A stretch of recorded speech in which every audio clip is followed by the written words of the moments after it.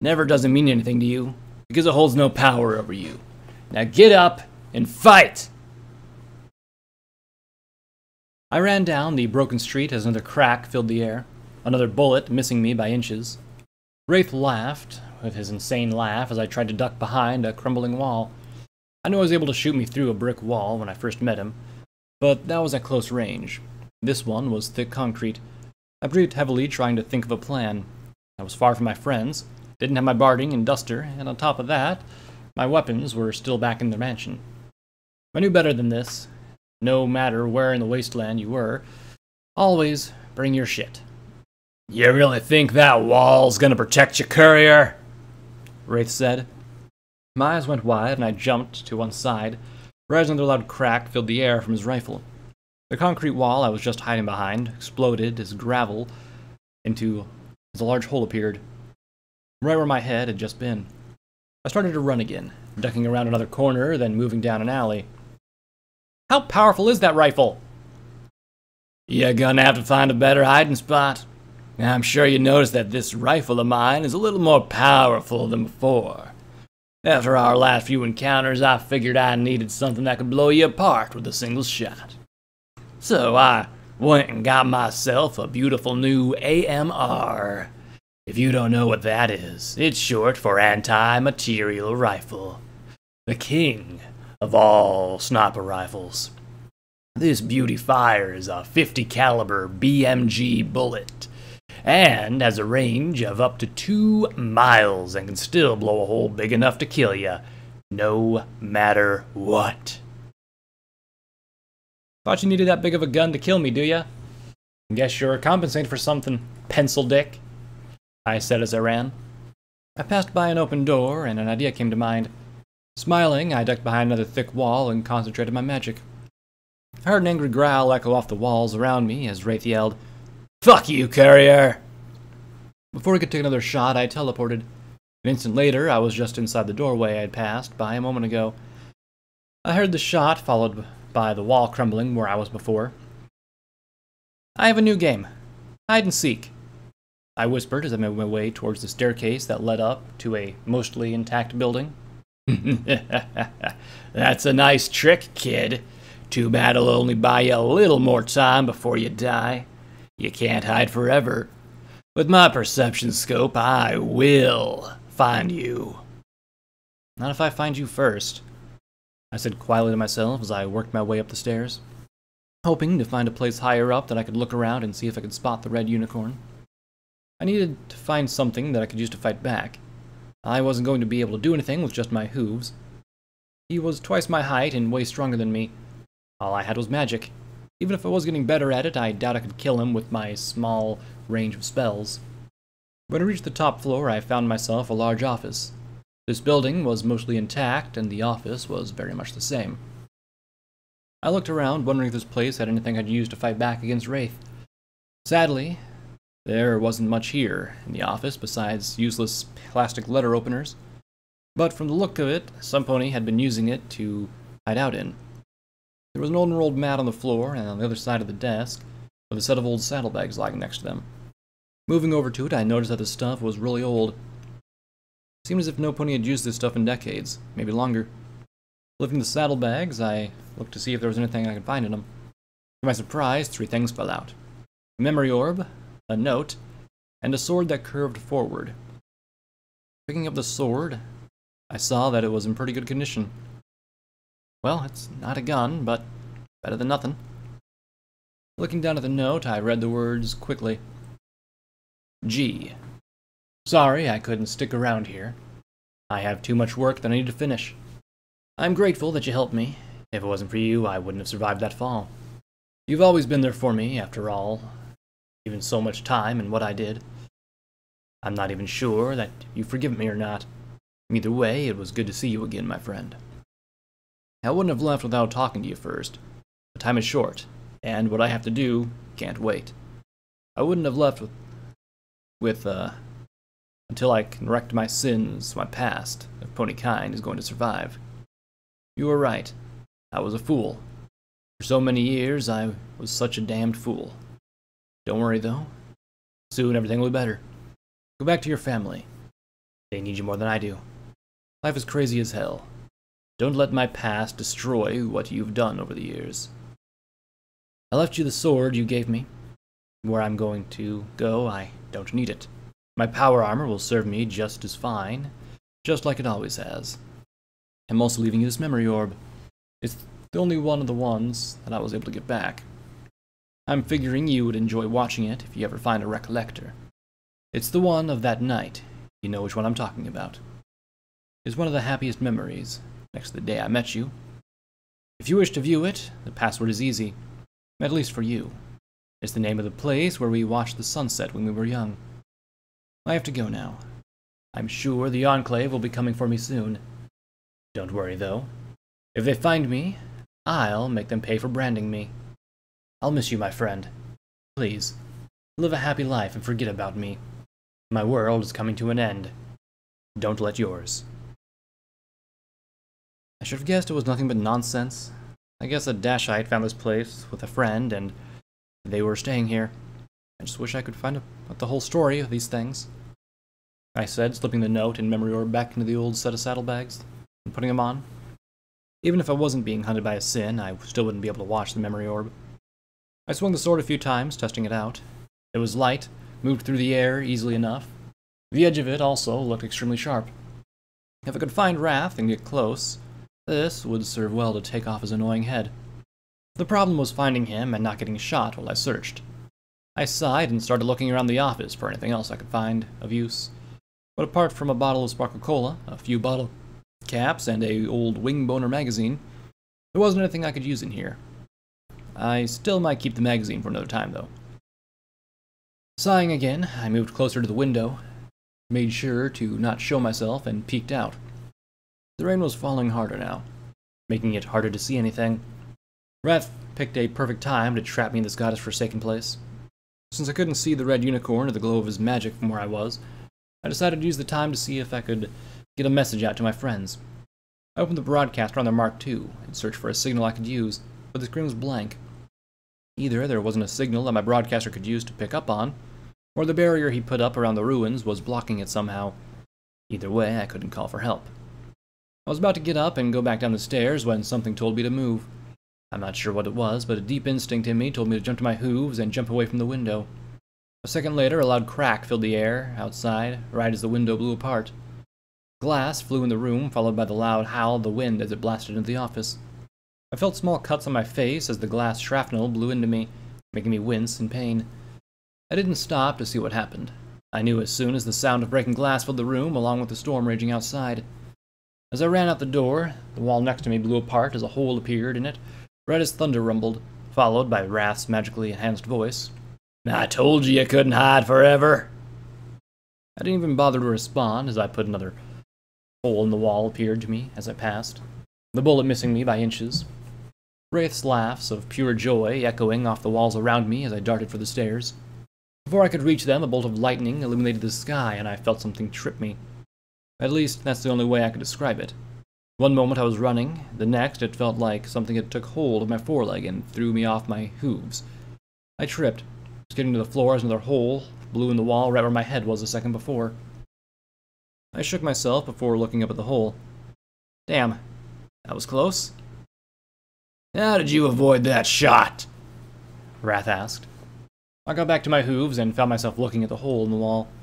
Through it, and the office on the other side where the hole had been made, where the large bullet passed through, I saw him. Wrath was standing on the building right across from the one I was looking in through the scope of a big-ass sniper rifle, with an evil grin on his face. Don't worry, I won't move again. As he pulled the trigger, something flew out of the stairwell and slammed into me, sending us through another window. I got a quick flash of somebody holding onto me, their face and form hidden under a red cloak. Then we landed in a pile of trash on the street. I moaned as I got to my hooves, my back feeling like it was on fire. Luckily, the trash cushioned my fall. Unluckily, the pony who landed right on top of me bounced off when we hit. I looked over at the red-cloaked pony. Who are you? To my surprise, it wasn't a pony who just saved me. It was a zebra. Stupid pony! Is now really the time to be asking silly questions? We need to run before the sniper gets off another shot. Run where? I asked as the zebra jumped out of the trash pile, looking around quickly before motioning for me to follow her. Anywhere that is away from the sniper, she said, starting to walk down the road, with her eyes searching for any kind of danger. I followed her, my ears perking up for the telltale sign of his rifle firing. Sadly, there wasn't much we could do. The rain was falling so hard that I could barely see the zebra a few feet in front of me. As we walked, Wrath started to taunt us, his voice still echoing off the buildings. Run, run, run, as fast as you can, but there's no escaping my ferocious plan. He is rather full of himself, the zebra said as she rounded a corner and stopped. He's a sin. They're all full of themselves. By the way, who the hell are you? Yakasha. Now, stay quiet, Pony. I need to figure out a way to get us out of this situation, she said, reaching into a satchel that she had slung over her cloak, and pulling out what looked like pieces of a sniper rifle. In a matter of seconds, she had it assembled. It does not matter if he is a sin or a cockroach. He invaded my home and will pay the price. The scaffolding he blasted holes in was an antique.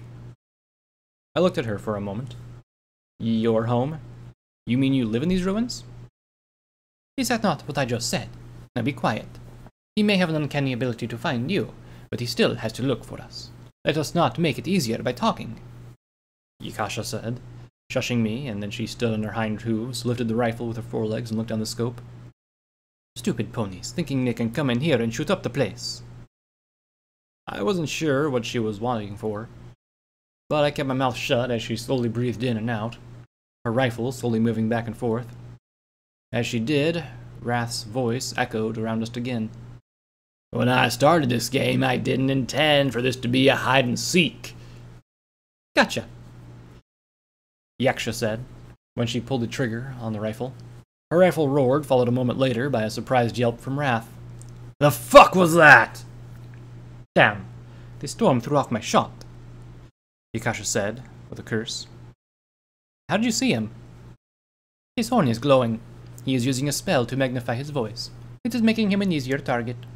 Like a smoker hiding in the field at night, Yaksha said, going back to all four hooves, slinging her rifle over her back, then turning to run. I suggest that we run. He'll get off another shot after that. Trust me, you do not want to get hit by a rifle like his. We can agree on that, I said, following her as she ran down the alley. A moment later, Wrath's rifle boomed and the road just behind us blew apart. How many bullets does that thing have? We rounded another corner and just kept running, trying to put as much distance between us as we could in the red unicorn. He is using an anti-machine rifle. It seems like he is using 50 caliber BMG rounds, which normally hold 7 rounds per magazine. So he can get off 7 rounds before he needs to reload. That would be my guess. Why do you ask? I ducked under a piece of fallen debris, followed a moment later by Yaksha, right as another bullet ripped into the ground behind us. When we started to crawl through the small space before I finally answered, Wrath's rifle has a scope called a perception scope. It can see through just about everything no matter where we hide. He'll be able to see us. I think the best way for us to stop him is for one of us to distract him while the other can strike. I think the best time for one of us to do that is while he's reloading. It is bad enough that he has an AMR, but a perception scope too. Anything else that you would like to tell me? She asked, glaring at me. He's really good at teleporting, and is one of the best snipers in the Enclave, I said sheepishly. She just shook her head and crawled out of the rubble, looking around again. He may think he is a good sniper, and maybe he is, but he has not fought a zebra with my kind of skills. Pony, we will follow your plan. You distract him while I find a place that I can go and get a good shot at. Oh, so you want me to be the bait, huh? She grinned from under her hood. Keep your head down and keep running. I am sure you can keep yourself alive for a few minutes. Rolling my eyes, I smiled. Yeah, I think I can do that. But first, can I ask you a question? I think you just did, Yaksha said with a quick laugh. But what is on your mind? Why are you helping me? To my surprise, she laughed harder. Why would I not help? You are in trouble. That is all there is to it. I guess you're right. Thank you, Yaksha. I'm Shadowstar, by the way. I just realized I haven't gotten the chance to tell you my name. She smiled wider. Introductions later, Shadowstar. Go distract the unicorn while I find a spot to snipe him from. Her cloak shimmered and she vanished, just like Sheena's. I'm starting to understand why Equestria had such a hard time fighting the zebras now. They might not have had Pegasi or unicorns like we do, but they had their own kind of magic. I remember my teacher in the stable saying something about zebras having magic fetishes. I thought she was trying to pass off a dirty joke, but now I see what she really meant. With things like the zebra stealth cloak and the machines of war I'd also heard about, they would have had a difficult time fighting. I'm just glad the ones I've met so far have been on my side. I popped my neck right and left, then grinned widely as I stepped out from behind the rubble as I yelled loudly as I could. Hey, Wrath! I thought you wanted to kill me! Some sniper you are! I heard the crack of his rifle right as I started to run down one of the crumbling roads. His shot missed only by an inch. It's getting harder to dodge these shots of his. And the sound of the road exploding from the power of his rifle loud in my ears. He fired again, but I was able to duck behind another building, then I kept running. Wrath didn't let up as I ran, taunting me the whole time. That's right. Run, courier. Keep on running till you can't run no more. Breathing hard, I responded. At least Monsoon was brave enough to come face me to face, not hiding in a storm taking cheap shots. Too bad no pony of the Enclave taught him how to defend against a stable pony with a fucking energy spear. Wrath lost it. Don't ever talk about my brother! In quick succession, 3 shots hit the ground near me. One getting so close it burned a line along my foreleg. I ducked and rolled as he fired twice more, sending small pieces of the road flying through the air. Smiling, I stopped moving. I started searching around for the glow of his horn. It'd been the only thing I'd been able to see through the rain. Now you finished running? He mocked. Nope, was all I said as I waited. He started to laugh again. Looks like it to me. Guess it doesn't matter. This is goodbye, courier. Luna, I hope I'm right. I whispered, closing my eyes as I waited. Fuck! I smiled. You really should learn to count your shots, Wrath. I noticed a faint grayish glow 2 buildings away. I pulled on my magic and teleported. The building was only a couple stories tall and not too far away. I appeared a few feet away from the angry red unicorn, right as he was just starting to pop in a new mag. He looked over at me with a shock. Wouldn't you? I pulled out the strangely shaped sword and attacked him, not giving him time to finish, to reload or speak. He dodged the first slash, blocked my second with the stock of his huge rifle, then barely ducked under my third. The last slash nicked his ear. He cursed, then pulled out a sidearm and opened fire. I ducked behind a chunk of concrete. So, Wrath, how good of a fighter are you, really? Good enough to kill you, he replied. Then his pistol clicked. I started to run out from behind cover right as Wrath was attempting to reload his massive rifle again. He just slid the new mag home when a crack erupted from a few buildings away, and a bullet ripped through his foreleg. He growled in pain, his magical hold on his rifle faltering. I didn't waste a second. I ran faster and kicked him as hard as I could in the side. He flew back, dropping his rifle in the process. I swiveled around and slashed for his throat, but Wrath wasn't going down that easily. He dodged my first strike, then kicked me back in turn. I cursed, then took hold of his rifle with my magic, and pointed it right at him, letting the blade I was holding fall to the ground.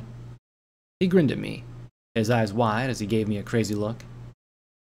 And what do you plan on doing with that, courier?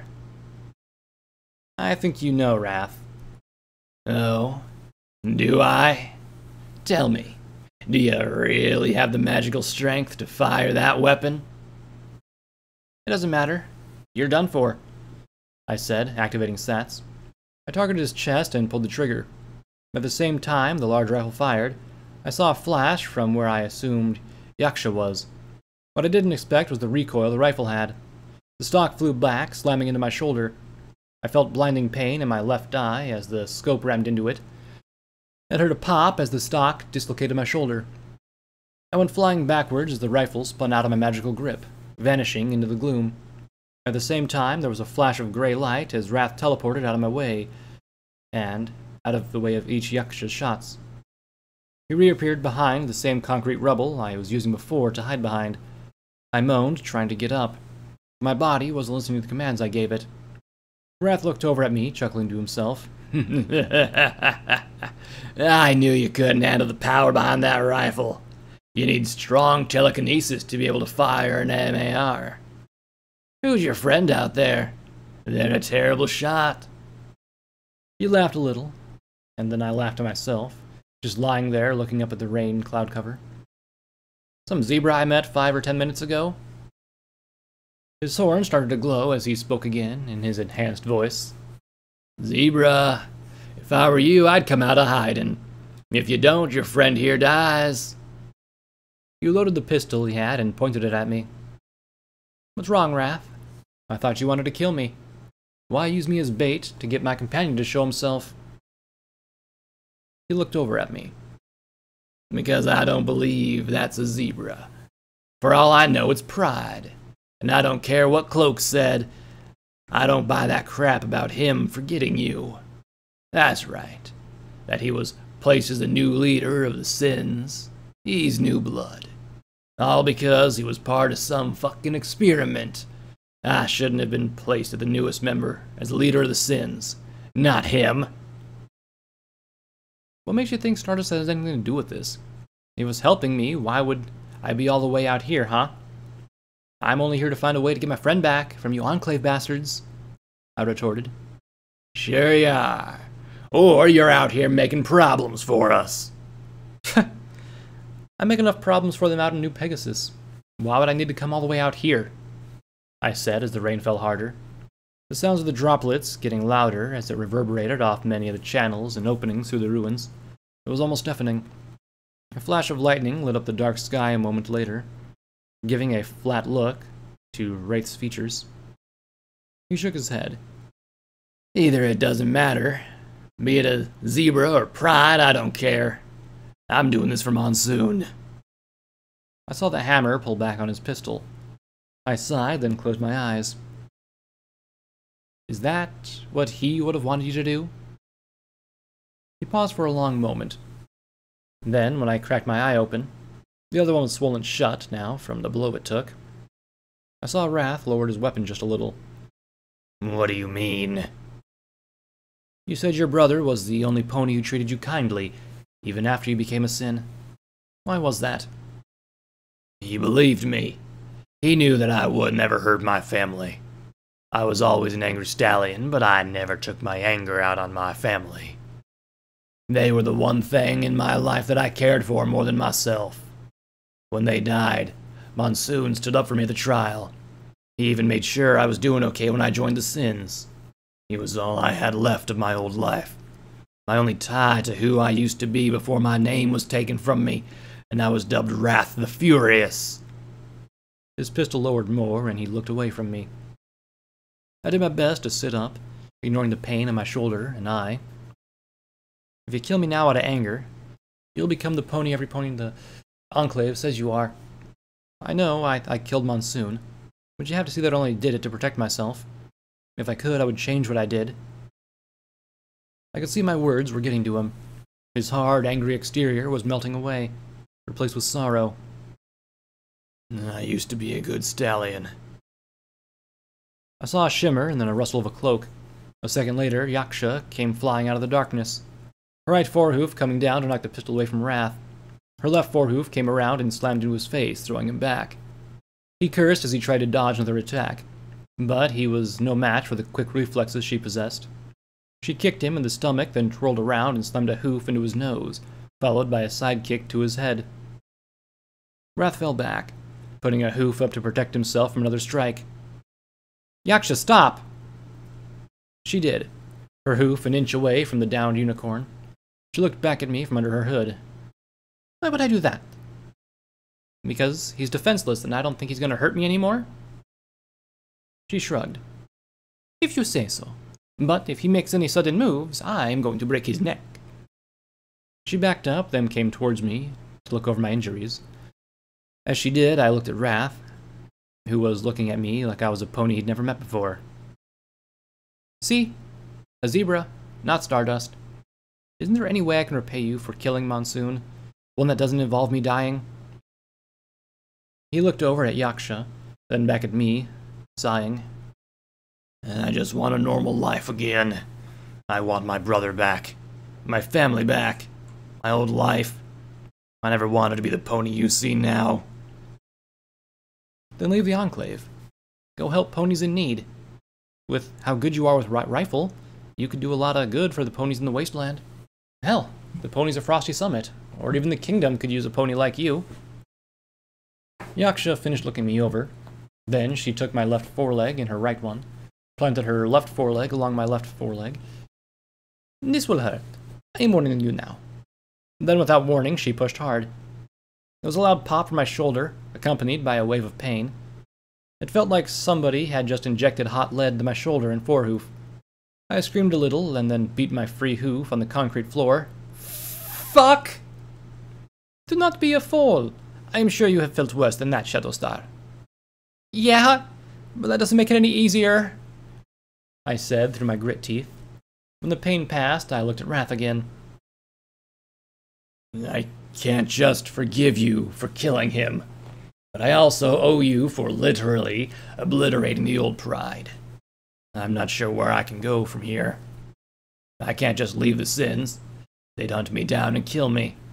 If I stay, then you'll kill me, or that zebra you have with you will. Yaksha reached under her cloak and pulled out a healing potion. Here, this will help a little with the pain. I also think that you should kill this pony. You never know what he will do if you let him go. Wrath sighed, then looked up at the cloudy sky. As he did, he pulled out what looked like a small box with a button on it, and then he pushed it. I'm done fighting. And I should have just killed you when I had the chance. Now, no matter what, I'm dead. The barrier's down. You can leave whatever you want. Good riddance, I say. And that shitty excuse for a leader we have isn't a pony I'd even want to work with anyway. I might have hated the old pride, but all in all, he was a good leader. Stardust, though? He's filled with more hate than I am. He lets it cloud his judgment, and it makes him a poor leader. Not to mention, he's more condescending than the former pride was. I was going to say more. I knew that just with a little more persuasion, I could get Wrath to change his ways and help me get rid of the rest of the sins. Then a voice came out of the dark sky. Stardust's voice. Really, Wrath? You think that I'm a poor excuse for a leader? All three of us looked up to see Stardust slowly flying down towards us, his black and blue combat armor reflecting the light from the lightning in the distance. He didn't smile. He didn't even grin. He had the same hard look he had the last time I saw him. He landed a few feet away, his gaze falling on Wrath, then Yaksha and myself. Didn't I say we were not going to go after the courier while she was in the kingdom? Wrath's angry glare came back as he said, Yeah, and I had to take a chance to kill her for my brother. Stardust cocked his head to one side. Brother, you're a sin, Wrath. You don't have family. You gave up all your rights to a name and a family when you joined up. She killed the pony that used to be your brother. Nothing more, nothing less. I gave you an order, not to go after her until I said so. I'm disappointed in you. Fuck you, Pride. You don't scare me. You're nothing but a fucking wannabe. Wrath yelled. In a flash, Stardust pulled his own rifle and pointed it right at Wraith. A wannabe, huh? From what I see, that's you. Stardust, don't do it. You're better than this, I said, still not able to comprehend my friend acting this way. He pulled his eye away from the scope and looked at me. No one was talking to you.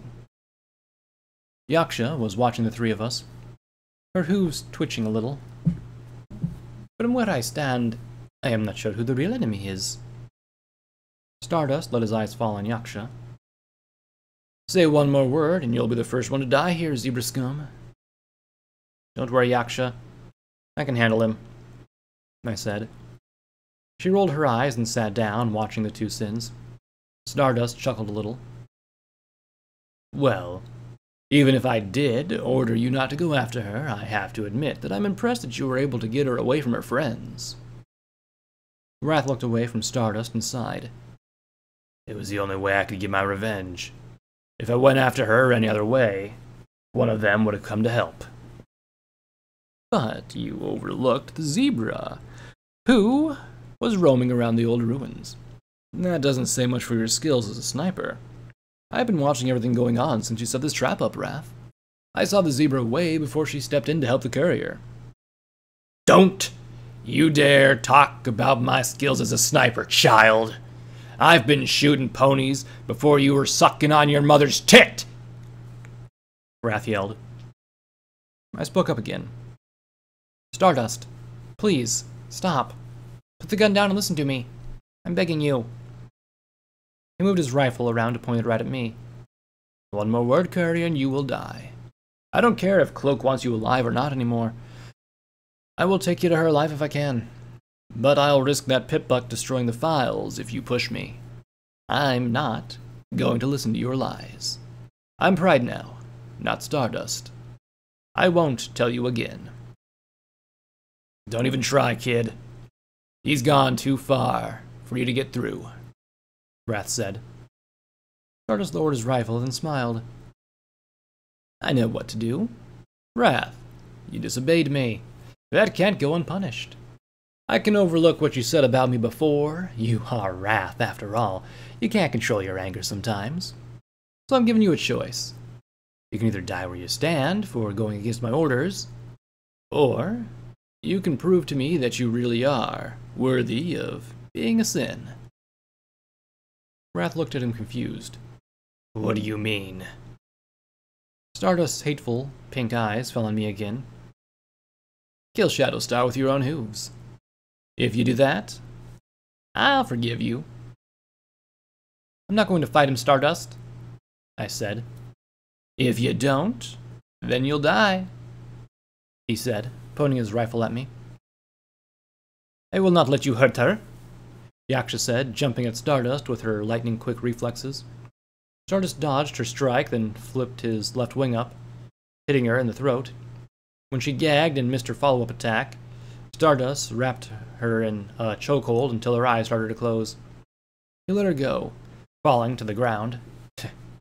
Annoying cunt. I looked down in horror at the zebra. What did you just do to her? Nothing. She's just knocked out, Stardust replied. Since you don't seem to care about your own life, then how about this? If you don't fight Wrath, then I'll kill your zebra friend here. Then you. That's not all. I'll go into the kingdom and kill every last friend that you have. You wouldn't do that. Oh, wouldn't I? He yelled, putting a hoof to his head, then lifting up the zebra and bringing a hoof down hard. I looked over at Wrath, then back at Stardust. Then I sighed. Fine. Wrath had the same look on his face. As much as I hate you and the sins, I'll do it. Good, because one of you is going to die tonight, he said, picking up Yaksha and flying to a higher building across the way. I'll watch from here. Now, make sure it's good. What will you do if I win? I asked. You get to live. That should be good enough, he replied. I couldn't see a way out of this, so I looked over at the red pony in his black combat armor. I don't want to fight you, but I don't want my friends to die. I know, he said, his face softening some. Before I start, I want to know something. What? I heard what you said to Cloak before. Is it true? Are you really her daughter, the one she thinks is dead? He asked. I nodded. Her name's Grimoire. She left Stable 28 a long time ago. I've been trying to find her ever since I left my stable. I don't know what happened to her, but when she left, she knew I was alive. He smiled and laughed. Damn. Who would have guessed that Cloak has been fighting because she's angry at the world for taking her daughter away, And all this time she was in a stable. I wish I could see the look on her face when she realizes that you weren't lying. What are you saying? I asked, but he ignored me. He jumped at me, yelling, Defend yourself. If you want to win, you have to kill me. Not hesitating, I shot a blast of magic at him. My horn glowed, and so does his, but he vanished before my blast landed. I twisted around, but not before Wrath's hoof caught me in the face, the blow throwing me back and sending me rolling along the roof. I got back to my hoofs before I could land another blow, dodging to the side, then flipping around to kick him as hard as I could in his side. My hoof connected with his black combat armor, but nothing happened. He grinned a mad grin at me. You'll have to do better than that. His hoof shot out and threw me back again, this time my body flying into space as I flew over the edge of the building. I saw myself falling towards the ground with my one good eye. Doing my best not to panic, I concentrated my magic and teleported a moment before I hit, reappearing on the other side of the street, breathing heavily from the effort. There was a flash of gray light as Wrath teleported to the opposite side of the road. Wrath, we don't have to do this, I yelled. He shook his head and started to walk towards me. We do, courier. I don't like it, and neither do you. But this is the way it's always going to go down. I took a step back, wincing in pain from my injured shoulder, and the blows that I took from Wrath. You're wrong. If we work together, we can incapacitate Stardust. Help me get him back. Don't be the pony you hate. He stopped for a moment. I became that pony a long time ago. There's no going back. There never was. I let out a long sigh, then prepared my magic. My horn glowing crimson as I started to get my spell ready. We don't have to do this. There is still good in you. I know it. But if I can't make you see that, then I'll have to finish what we started. Stardust's laugh echoed from the building above us. Good job, Shadow. Now I can see what you're really made of. Let's see if you can put an end to this worthless unicorn. I hope you can. I don't need scum like him on my team anyway. I ignored him and activated Sats. I fired another blast of energy at Wrath. This time it hit. The red unicorn screamed as he was hit by my concentrated expulsion magic, his body flying back and slamming into the wall behind him. I didn't even wait for him to get back up. I pulled the blade I had found earlier from my saddlebags and charged. Wrath's horn glowed as he vanished again. This time I was ready for him. I flipped around and slashed wildly in the air. Wrath ducked under the slash, but I was able to still leave a thin line across his cheek as he dove to my right. He attacked again, blocking the blade with an armored forehoof, throwing it back. Then his other hoof came up and slammed in my chest. Again, I was thrown back, my body skidding over the wet road. He had me again, and I tried to fire the same spell at him. I wasn't quick enough, though, and he ducked down, skidding along the ground, then flipping back up, letting his hind legs fly under me, snapping my head back and sending my spell high into the sky, illuminating the clouds with a bloody crimson light. He spun, then slammed his hoof into the face, once, twice, 3 times, the last blow slamming my head into the cracked asphalt. The vision of my good eye flickered as the toll of using that spell so many times, along with the teleportation and the blows to my head, took its toll. Everything around me was starting to take on a strange clarity. My horn flickered and sparked. The hole in the sword was dying. With a loud ting, it landed a few feet in front of my nose. Too bad you aren't as good a fighter with hoof-to-hoof combat as you are with your weaponry, Wrath said, his hoof coming down to slam my face again. With how much you were taunting me, I figured you'd want to pull me out into some kind of trap. If I would have known you were this weak, I wouldn't have bothered trying to kill you with my rifle. It's funny. You said I was too much of a coward to fight you head on. You must have thought I didn't know how to fight because I'm a sniper.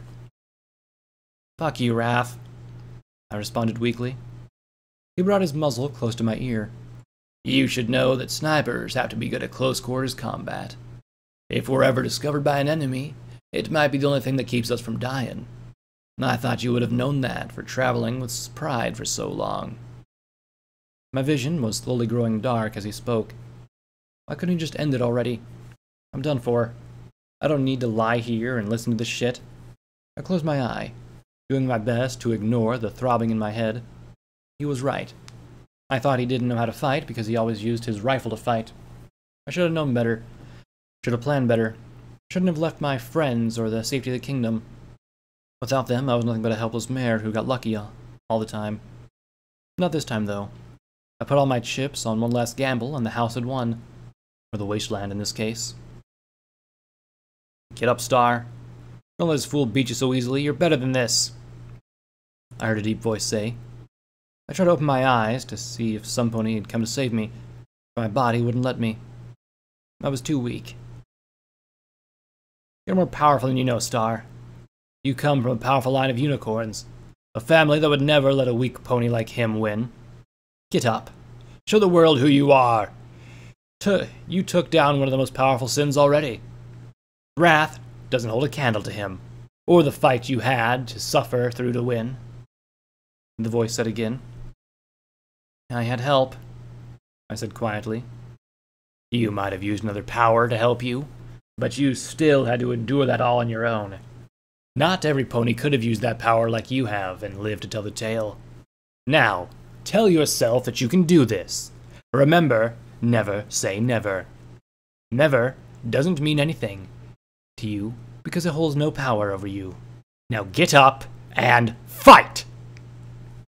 I'm not sure what it was, but as I heard those voices, the word, almost like an echo in my misty past, I felt a rush of energy rush into me from somewhere deep inside my mind. I realized that even though Aquila was locked away, some of her power still resided in my body. My eyes snapped open, and I yelled, I'm not finished yet, Wrath! I threw my head back, feeling it connect with his muzzle. Blood rained over my mane as I broke Wrath's nose. He yelled and jumped back. What the fuck? I jumped to my hooves, a spell building in my horn. I wasn't sure what it was. All I knew it was something I had never learned before. Mom never got around to showing me the more complicated spells that she knew. Whatever it was, I knew it would help me win against Wrath. I let the magic flow out of me as I yelled, Remember who you are! The spell hit Wrath right in the face, but it didn't throw him back. I didn't kill him. It didn't even seem to do anything at all. But as I stood, the connection was made. Wrath's eyes went wide and the flood of images rushed into me. I was looking down on a young Pegasus filly who was hugging Wrath, saying in a sweet voice, Daddy, when you get home, can we play? Wrath smiled. We can play all day if you want. The Pegasus mare walked in with a big smile on her face. Phantom shot. You don't want to be late. Your commander won't stand for it. More images flew into my mind. The same mare kissing Wrath under the stars. And moonlight of the night he asked her to marry him, the day their young filly was born. Phantom shot, who would be Wrath, playing with his daughter. His wife and daughter watching as he was given an award for saving his comrades during a battle with Steel Rangers. Him beaming happily as she was promoted to captain of his own squad. Then the images changed. Phantom shot walking to his home to find blood pooled on the floor, his wife lying not 10 feet away. Father, in the room, stood Pride, his dark purple eyes locked on Phantom shot as he looked on in horror at his dead love. There was a small cry as his daughter stood next to Pride, her eyes locked on her father's. Daddy, please help me, she cried. This is the price you pay for not taking my offer. If you wouldn't agree to become the new Wrath for me, then I'll force you. Let this day be burned into your memory as a reminder of what happens to those who defy my will. Let the anger flow through you for the rest of your days as you realize that they all died because of you, Pride said. Before Phantom Shot could do anything to stop him, a shadow pulled away from Pride and stabbed the young filly through the heart. Then Pride vanished, before the filly's body hit the ground. I stopped the spell, gasping as the rush of memories from Wrath stopped and the magic took its toll on my body. I expected Wrath to attack me, to kill me, for what I just did. To my amazement, he didn't even move. His eyes were wide as his gaze met my own, a tear falling from one.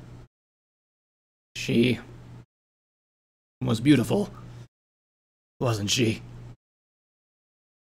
Catching my breath, I replied, They both were. For the first time, I saw that he was nothing more than a broken father.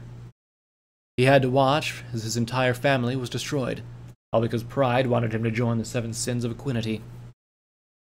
What is taking you so long, Wrath? I thought you were going to prove to me that you were worthy of being a sin. Stardust mocked. I looked up at my old friend. I wanted so badly to use the same spell on him to help him remember, but I didn't know how I even used the spell. Even if I could, it wouldn't fix him. The spell only worked to help remind a pony who they were, to show them memories they hadn't lost, but chose to ignore. With growing sadness, I knew right then that the pony standing there wasn't Stardust. He was Pride, just with a different body. He wasn't the Pride I knew. He was just a copy of the personality and cruelty that the old Pride used to have. It would take a miracle to bring him back to us. Before I could say or do anything, Yaksha moved. She must have been awake for a little while now, just waiting for the right moment to strike. She jumped to her hooves and twirled around, kicking Stardust in the face as hard as she could. Stardust wasn't ready for it, and his body flew off the building, landing on a piece of broken concrete a few stories below. "Are you okay, Shatterstar?" she yelled down. "I'll be fine. Get out of here before he recovers," I replied quickly. "I can take him," she said, looking down at Stardust, who was starting to get back to his hooves. "No, you can't. Trust me. Just get out of here and go to the kingdom and get my friends. In the mansion. Look for a black and red griffin. Tell her what's happening," I yelled. "I cannot leave you here alone, Shatterstar," she yelled. "I'll be fine. Now, go!" Stardust finally got back to his hooves and pulled the rifle off of his back again. "She's not going anywhere." Yaksha gave me one last look, saying, "Stay safe." Then her cloak shimmered and she vanished before Stardust could take a shot. "Damn it. Looks like we'll have to cut this game short," he said, looking back down at us.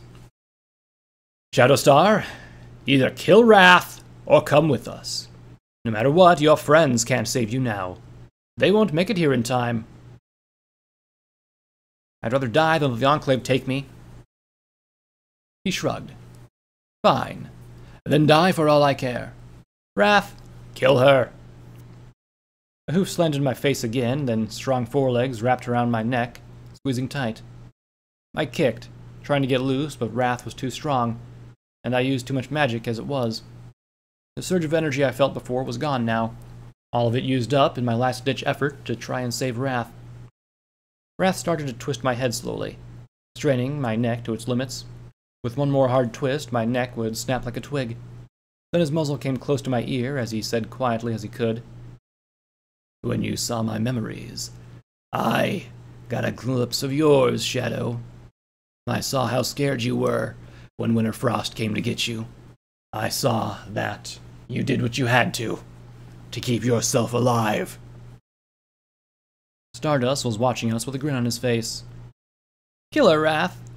Then get that Pip-Buck so we can get the hell out of here." Wrath's grip tightened a little bit more, but he kept on talking quietly in my ear. "Your mother left for Los Alicorn.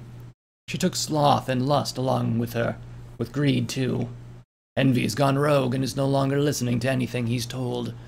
The sins are broken, and if you keep going after them, I have faith that you'll eradicate them." "What are you waiting for, Wrath? Kill her!" I could feel Wrath's forelegs loosen slightly.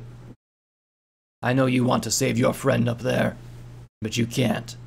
The only way to fix him, from what I know, is to put him back in that machine that changed him. No magic can fix what's been done to him, but if you're lucky as you seem to be, then maybe you'll succeed. I hope you do so. As for your mother, I don't know what happened to her, but I do know she's lost some of her memories. Pride told me that a memory spell backfired on her a few months ago, and he was doing his best to help her piece back her memories that she had lost." I don't know what he was planning on doing. The way he was talking, I didn't like where this was going. I barely was able to get out, "What are you doing?" He chuckled low. "Repenting." Then I saw what he was looking at. Only a few feet in front of us, just out of Stardust's line of sight, was Wrath's AMR. "Thank you for trying to save me, Shatterstar. You were the first pony since my brother who's even tried. I forgive you for Monsoon's death." As quick as a flash of lightning, Wrath threw me forward. His magic took hold of the AMR, and he pointed it up at Stardust. I screamed as I watched him pull down on the trigger, right as he brought the sights up to his eye, aiming and shot Stardust. No! Don't! A bolt of lightning lit up the dark night sky as the boom filled the air, mixing with the crack of the blast of electricity. Everything seemed to slow down as I watched a smile pull at the corners of Wrath's muzzle.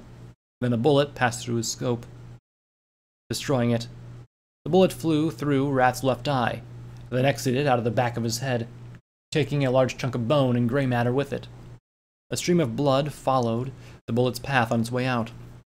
Slowly, Wrath fell back, his rifle falling to the ground at his hooves, and his body skidding across the ground, leaving a crimson smear to mark its path. The chunk of his head that the bullet tore away splattered against the wall, the blood starting to run slowly down as the rain cascaded to the ground. Wrath was dead. He died with a smile on his face, protecting a mare from an evil pony. At least a pony that he saw as evil.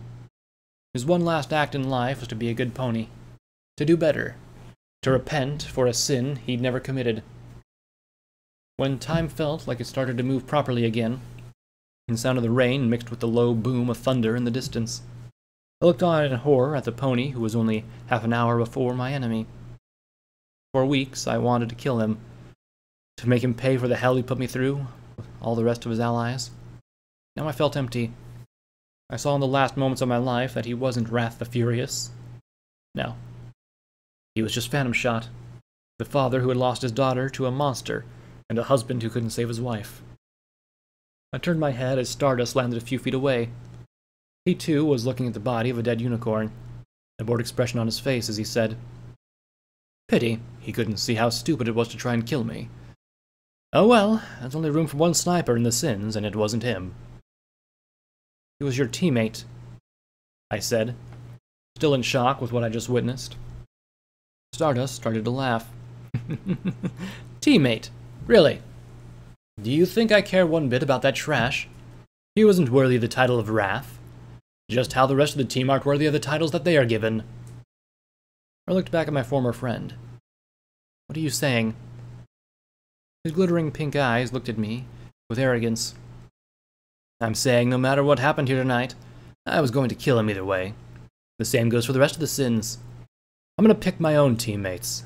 I wouldn't have the ponies that used to be loyal to that freak serve me. I need ponies that I can trust at my side." "You told me that you're Pride now. Wouldn't they do what you say no matter that you're the leader now?" I asked, trying to stall for a bit. His laughter grew more insane. "Leader? That's rich, Shadow. They don't listen to me. They listen to Cloak. She's a snake and a traitor to the Enclave, she always has been. I take my orders from Nightshade. He ordered me to kill the rest of the Sins, get that Pip-Buck, then find out what Cloaks wants with it. When he wants me to kill her once I've completed those tasks." My eyes got wider as I asked, "If Nightshade's given you orders, then why were you trying to kill me? He used to be my father's best friend. He swore to protect me." Stardust looked confused. "Your name never came up. But if Cloak thinks you're dead, then I'm sure Nightshade does too. If that's true and he finds out I'm still alive, and then you kill me, he'll be really pissed." Stardust rolled his eyes. "Like I care. I can deal with his anger for a few weeks. He'll get over it. Though I'd like to keep it from coming to that. You'll come back with me to Annapolis to be presented to the High Council. As of now, you're a prisoner of the Grand Pegasus Enclave. If you try and resist or hinder me in any way from bringing you back to my boss, I'll kill you and your friends without hesitation." "No," I whispered. He perked up an ear. "What did you just say?" "Sorry, I couldn't hear you over this damn storm. If it was anything I wouldn't like, let me tell you what I'll do to your friends.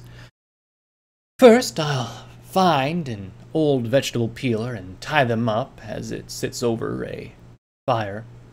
Second, I'll go ahead and just skin them alive with it, but not to the extent that it'll kill them. Then I'll shove their burnt flesh down each of their throats as I sever every single one of their limbs, and Drop them in the river, tied to concrete blocks. But you know what might be better than that? Listening to their screams after I throw each one of them, ass first, into a mulcher. I glared at him with my one good eye. I said no! His condescending grin fell as he sighed and said, Fine. Have it your way, then. He pointed his rifle at me. I didn't look away from his bright pink eyes. I wasn't going to give him the satisfaction of thinking that I was scared. Then a bright green light illuminated his face. His eyes looked up for only a second before he jumped back, right as a glowing energy spear planted itself in the ground right where he was standing. I jumped back and looked up, grinning as I saw Wind Thrasher flying down towards us. Wingnut on her back, and leading the charge was Aura. Aura landed next to me along with Wind Thrasher. She pulled her glowing spear out of the ground and pointed it at Stardust, who still looked shocked at their arrival. Don't you even try to attack. If you do, I'll slice you into tiny little feather-brained chunks. Are you okay, Shadow? Wind Thrasher asked, pulling out a healing potion and giving it to me. I drank it down as Stardust watched us with that look of shock on his face. How did you all get here so fast? That zebra couldn't have made it to the kingdom yet. Zebra? What zebra? Aura asked. I'll explain later, I said, looking at Stardust. Now it's my turn to give you a counteroffer. Drop your rifle and come with us. You're my prisoner now. Stardust laughed. As if. I won't go with you even if you could win a fight against me.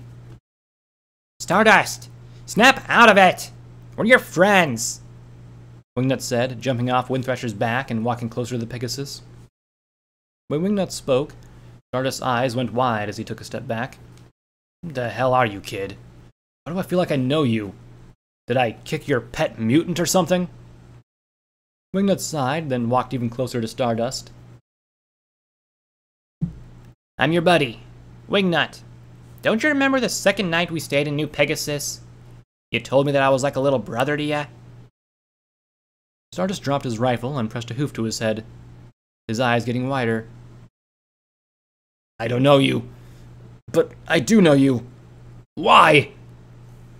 Stardust started to scream. Then for a moment, his eyes relaxed and he looked back at Wingnut again. Wingnut? Kid, what are you doing in the rain? You'll get sick. All of us looked in wonder at the gray Pegasus as he finally seemed to remember something. Wingnut didn't get up. He got even closer. That's right. I'm Wingnut, the colt you saved from the Cazadors. Cazadors. I remember those frickin' bugs. They wanted to kill ya, but we stopped them. I saved you and a filly. Then his eyes glazed over again and he howled in pain. No, that's a lie. I don't know you, kid. The courier's doing something to my head. Trying to make me think I'm a different pony. Stay out of my head! No, Stardust, it's real. You helped me and Honeysickle that day. You took us both back to Little Hoof. Please remember, you ran away from your stable trying to get away from them for good. Wingnut said, getting within an inch of Stardust, who was shaking and still holding his head. And the courier only tells lies, so she can turn good ponies against the Enclave. She's a monster who wants to destroy Stratus and bring down the good we've done to the Wasteland. She's the enemy of all Pegasi. Her friends are no better. They fall for lies because she turned their minds to serve her evil ways. She kills and destroys without even thought about the ponies who get in her way. Stardust chanted for himself. Shadow isn't evil. The Enclave is. The Sins took you when we were at the Frosty Summit. They twisted your mind so you'd forget who you were. Wingnut shouted, making his voice crack. He's right, Stardust. You have to believe us. If you don't let us bring you back to Stable 97, we can show you that we're telling the truth, I said, hoping he was still as gullible as he used to be. Shadow, not a good idea to talk, Aura said, lifting her energy spear higher. Wingnut, get away from him! At first, I wasn't sure what she meant, but as Wingnut turned to look back at Aura, Stardust's head came back up and he had a crazed look in his eyes. His hoof came around and he hit Wingnut as hard as he could in the side of the head. The colt flew across the street and slammed into the wall. He fell to the ground, his body limp as a corpse. "Wingnut!" I yelled, trying to run over to him. Before I could even move, Aura screamed. That's it. I don't care what the kid said. You went too far, asshole. I'm gonna kill you. She flew past me, her energy spear slicing through the air. Stardust grabbed the rifle and slung it over his back as he took to the sky, Aura hot on his hooves. I wanted to stop them. But right now, I was just as angry as Aura was. I was so sure that there was one pony Stardust wouldn't hurt. It was Wingnut. Windthresher and I both ran over to check on the colt, as Aura and Stardust fought in the air above. Windthresher got to him first. She moved her head close to him. Then, with a sigh of relief, she said, "He's still breathing. I can hear his heartbeat. I think Stardust should knocked him out. But he took a nasty blow to the head. We should get him into town so we can see a doctor." I moved closer to the colt and saw the rise and fall of his chest as he slowly breathed in and out. I kissed the top of his head, then said to Windthresher, "Get him back to town." "What about you?" "Don't worry about me. I have to keep those two from killing each other. Wingnut needs help more than I do right now. Just go. Hurry." She nodded. "I will. I'll try and get you more help too. Just stay strong." I returned a nod, then turned to watch the two flyers battle each other in the dark sky. I didn't know how they did it, but it seemed like each collision was accompanied by lightning flashes. The storm picked up as they fought, as if the goddesses themselves were hosting the battle. More lightning flashed, thunder cracked, and the ground shook. Windthrasher carefully lifted Wingnut up and took off to the kingdom. Aura ducked under a kick Stardust threw at her, her energy spear slicing back, trying to take him by surprise. He flapped his wings hard and darted higher, flipping around and trying to kick her in the side, all like he did when they first fought so long ago. Aura twisted in the air, then dove under him. She then flapped her wings, coming up behind him, her spear flying through the air as green magical energy arced around it. Stardust howled in pain, as Aura's spear sliced a thin line along his ribs. He didn't let the pain distract him. He ducked again and then twisted around, letting one of his hooves kick the spear aside before she could land another blow. He kicked at her in the chest, sending her flying towards the ground. I could hear her yelp in pain, but that she didn't let it stop her. She pulled out of the dive and started to rush towards him again. Her spear started to glow even brighter as she yelled, "Try dodging this, motherfucker!" Aura slashed her spear, and a bright green blast of thin green light flew towards Stardust. It arced out towards him in a thin line. I've only seen Aura do this one other time. It turned her close-range melee weapon into a powerful ranged weapon. Tripwire sure put a lot of thought into that thing. Stardust cursed, doing a backflip in the air to avoid the green energy, only to find another flying up at him from a pissed-off griffin. He was able to dodge around that one too, but the attack was a hair's breadth from taking off one of his wings. Aura launched one more desperate attack at him, the glow around her spear not as bright as it was on the last two times. The line of energy moved slower, and Stardust avoided it with apparent ease. After the last attack, the crystal on the bottom of Aura's spear that normally glowed the bright green went dull and lifeless. "What now, Griffin? It looks like the toothpick is out of juice," Stardust mocked, coming to hover a few feet over her. Aura looked down at me and quickly back at Stardust. "It doesn't need to be charged up to defeat you. This spear's still sharp as hell, with or without its magic. I'll still make you pay for hurting Wingnut. I'm his bodyguard, and my sworn duty is to protect him." Stardust rolled his eyes. "Why do you care so much about that brat?" "He's my friend and contractor. I have to make you pay for hurting him," she replied. He shrugged. "I still don't care. I'll just have to kill you too then. But I think you should think twice about continuing this fight. If you really do work for that kid, then you should go and make sure that he's okay. Not stay here fighting me. I'm not even here for you and your friends anyway. I'm only here to take Shadow with me, or kill her. That all depends upon her." "Aura, you need to stop. You can't win," I yelled. "Stay out of this, Shadow. This is between us. You should be using this time to escape," Aura said, not taking her eyes off Stardust. "I'm not leaving you alone, Aura." Still not looking down at me, she said, "Go back to the kingdom. Don't worry about me. You shouldn't be here to see this." Stardust started to laugh.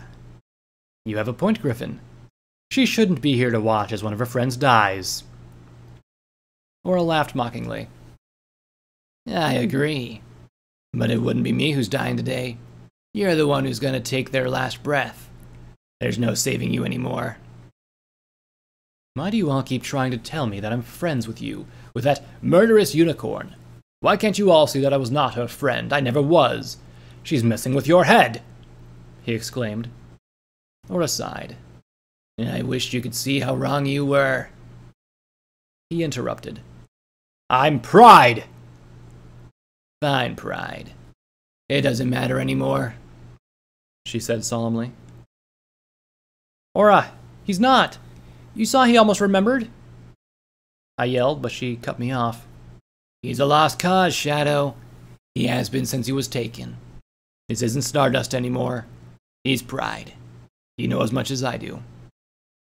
At least one of you finally sees it, he commented. Pride, I hope that once you're dead, you'll see the truth. I'm sorry I have to do this to you, but I can't let you keep hurting my friends, and I won't let you take her away from me. Shadow is the best thing that's happened to me in a long time, so I won't let you have her. She's mine, and I won't ever let her go. Not while I'll still have breath in my lungs. Stardust's amused look died as she said that. I see now. You care for her more than just a friend. That's just sick. How would that even work? That's some seriously messed up, perverted shit that you have going on in your pea-brained pinhead. Fuck you! She screamed as she shot towards him. Aura, don't! I yelled, my heart beating faster as I watched her close the distance between them. She didn't listen to me, even after. I wasn't even sure if she could hear me now. She was too lost in her anger to see what I saw. Stardust was grinning as he watched her fly up to him. He reached into a pouch and pulled something out. When Aura was only a few feet away, he dropped the small metal object, then turned away from her, flying higher. There was a flash of bright light as the flash bomb went off. Inches away from Aura's face, she screamed and tried to shield her eyes, but she wasn't quick enough. Stardust flew higher, flipped around, and pulled his rifle off his back. I'll admit, you are a tough opponent. Unfortunately for you, you're still no match for me. Die, you hybrid freak. I watched in horror as Stardust took aim and fired. Aura looked up just in time to start to dodge. There was no dodging the sharpshooter like Stardust. Not after the flash bomb went off. She didn't have much time to recover. The loud crack of Stardust's rifle echoed through the buildings. The bullet ripped through Aura's stomach. Another shot rang out as Stardust fired again, this time hitting her in the shoulder. Another shot to her left hind leg, and a final shot hitting her on the right side of the chest. Blood misted all around her as each bullet slammed into her body, her beak opening in a silent scream as she started to fall. Aura! I yelled, as I watched my friend fall headfirst to the ground, a trail of blood following her path. Her spear wasn't far behind. I grabbed onto her with the last of my telekinesis before she slammed into the ground. I was able to slow her fall enough, and she gently landed a few feet from me. I ran over to her. Blood was already pooling under her as she was breathing shallowly. One of her icy blue eyes rolled over to look at me as she lied there limp on the ground. Damn, that was a dirty trick. I'll get you next time, you bastard. Don't talk. You need to save your strength, I said quickly, as I pressed my hooves on her wounds desperately to stop the bleeding. I'm sorry, she said softly. Don't be. You didn't do anything wrong. You came to save me like you always did, I said, doing my best to stay calm as my heart pumped with adrenaline. She coughed up some blood and smiled. I'm sorry, I didn't tell you. Before I could respond, Stardust landed a few feet away with his rifle, still aimed at Aura. I'll admit she's a strong one. Most would have died from wounds like that. I guess the life force runs strong in griffins. But she's definitely a goner. You can die with her if you so choose. I pulled Aura closer to me and did my best to shield her. Don't touch her! He stopped, looking at me like I was the oddest thing that he'd ever seen in his life. What does it matter to you that I do? She's gonna die. It's just how life works down here. Just Leave us alone. Please. Do whatever you want. Just leave. I begged. No. Shadow. Aura tried to say, but her strength failed her. Aura's eyes rolled back and she passed out. Aura, wake up. I yelled, shaking her. Don't leave me. Please. I don't know what I would do without you. Please. I can't do this without you. Whatever I want, huh? Stardust asked, ignoring my attempts to wake Aura. I looked back at him. Aura's blood smeared across my chest and face. I'll go with you. I'll give you the Mark II. I don't care, just let me save my friend. Stardust took a moment to think about what I said, then shrugged. Fine. Even though you can't do much to save her, I'll let you mourn the freak. You have 2 days, Shadowstar. Meet me in Winnopolis, at the Mill City Tower, alone and unarmed. If you don't, she won't be the only friend that dies. You know that I have the means to make sure every pony you love dies horrible, yet very unique deaths. If it comes to that, I'll make sure that you get a front row seat to the show. You've definitely earned that. I will. Now get the fuck out of here, Pride. I yelled, turning my back on the gray Pegasus who used to be my friend. My best friend. Wolfsbane was right. Technology in the wrong hooves is extremely destructive. Cloak and whoever the hell leads the program he was in made him more twisted than Orichalcus. A feat that I thought wouldn't be done. He literally was dark magic. But Stardust was now pure, sick, twisted evil. Maybe Aura was right. Maybe he can't be saved. But something deep down in the deepest part of my brain made me think of something I must have read in a book somewhere. There cannot be darkness without light. That's right. The story of Nightmare Moon's transformation back into Princess Luna. The elements of harmony routed out the light hidden in the dark and purged the evil sorceress from Luna. I just hope I can do the same for him. See you soon, courier, he said, stopping my train of thought. I heard him pick up Wraith's AMR, and then a flap of his wings, he flew off into the stormy night, laughing as I attempted to wake up Aura.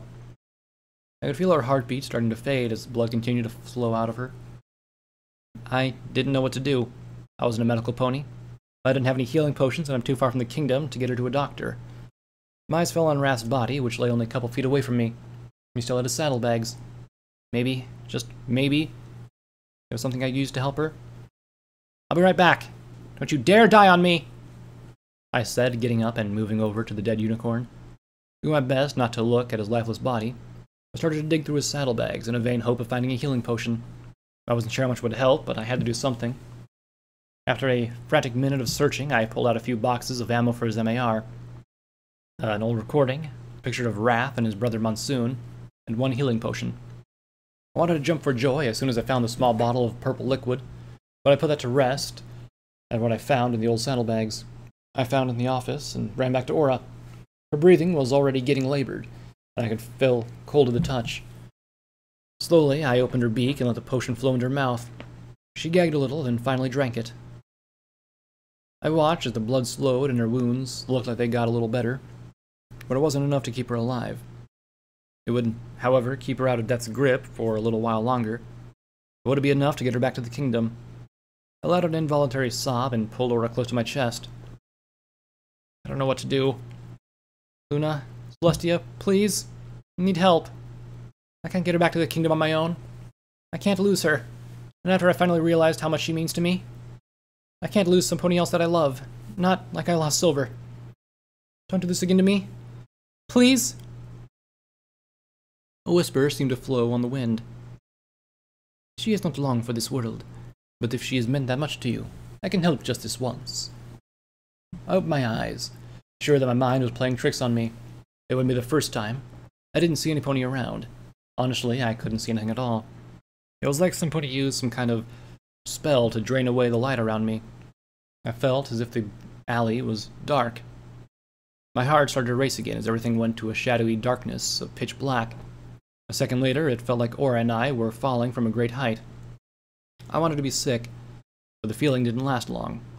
My body landed on something soft, and the darkness around me vanished, and I found that we were in the entryway of the mansion back in the kingdom.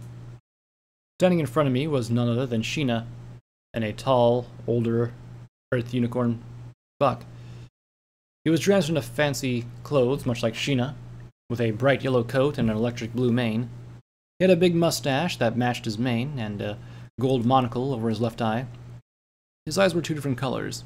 His right was bright orange, and his left was a pale blue. They both looked at the two of us in surprise, the yellow buck saying, "Now that's what I call an entrance! I must say, dear, I've never seen anything like it." Sheena, however, ignored the buck when she saw Aura. She ran down to us. "Stars above, what has happened to you two?" "Sheena, thank the goddesses. It's a long story. Can you help Aura? She's been shot. I give her a healing potion, but I don't think it's working." Sheena yelled over at two servants who were watching us from top of the stairs.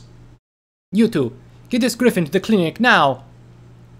One of the two unicorns was there, and when they ran down the stairs to where she was, they bowed. "Right away, Imprince!" The unicorn lifted Aura and her magic, then ran off down the hall. When they were gone, Sheena pulled my head around and looked at her turquoise eyes. "Do not worry, Shadow. Some of the best doctors in the wasteland are here. They will take care of her, but I need you to tell me what happened." The buck was standing there before her, came down to join Sheena. "I have to agree. You gave us quite a fright when you showed up out of nowhere with darkness swimming around you like a tornado." Sheena gave him a look. "Dear husband, please do be quiet for a moment. This is serious." "Fine, I will wait my turn, love," he said, sitting down and humming to himself. After we talked, I went for a walk, like you said I should do. I got lost in my thoughts and wandered a little outside the city. I ended up in some ruins just outside the walls where I got ambushed by Wrath. I figured that much. Wind Thresher had told me. I just sent out Cutter with the ponies to go help you. She's something about a friend of yours, Stardust. Did he do that to Aura?" she asked. I nodded. "Yes, he did." "Did you use some kind of spell to escape?" she asked with a quizzical look. I shook my head. "No, I told him to leave. I said I'd do anything he wanted as long as he let me help her. He gave me 2 days. Said I have to meet him in Winapolis then, or he'll come back and kill the rest of my friends in the most horrible ways possible." Sheena sighed, then let my face go. "It was a foolish thing to do, Shadow. But it does not matter as long as you are okay. But I have to know. How did you get back here like you did?" "I don't know. One minute I was praying for the goddesses to help me. Then everything went dark and I ended up here," I said. "I have to make sure Aura's okay." Sheena stopped me. "No, you do not. You need to go get yourself checked out. You look like you're ready to collapse." "I've dealt with worse. Now leave me alone. I have to go check on her," I said sternly, pushing past her. Sheena stopped me again. "Shadow, stop right there. You are in no condition to move around. You need to see a doctor. End of discussion." Sheena stomped her hoof on the ground hard, my ears folded back in her authoritative demeanor, commanding. I couldn't argue against it. "Fine, Sheena. I'll do as you say." I saw her sigh with relief. "I am sorry, Shadow. I did not mean to let you see that ugly side of me. You will be able to see her after you see one of our doctors. Right now, you need to let my doctors take care of her. She looked like she was in bad shape. If you go barging in there, you may do more harm than good." The buck who I assume was the Emperor said, "Sheena, my love, how about you go over to look things with her friend? I can escort this young mare to see the medic." Sheena winced. "Are you sure that is a good idea? I am not so sure that Shadow is in any shape to deal with your quirkiness." "Balderdash, she'll be fine. You should oversee things anyway. I'm sure I could use your help," he replied. Sheena looked over at me with concern, then relented. "Fine, but if you scare her in any way, no more candy for a week.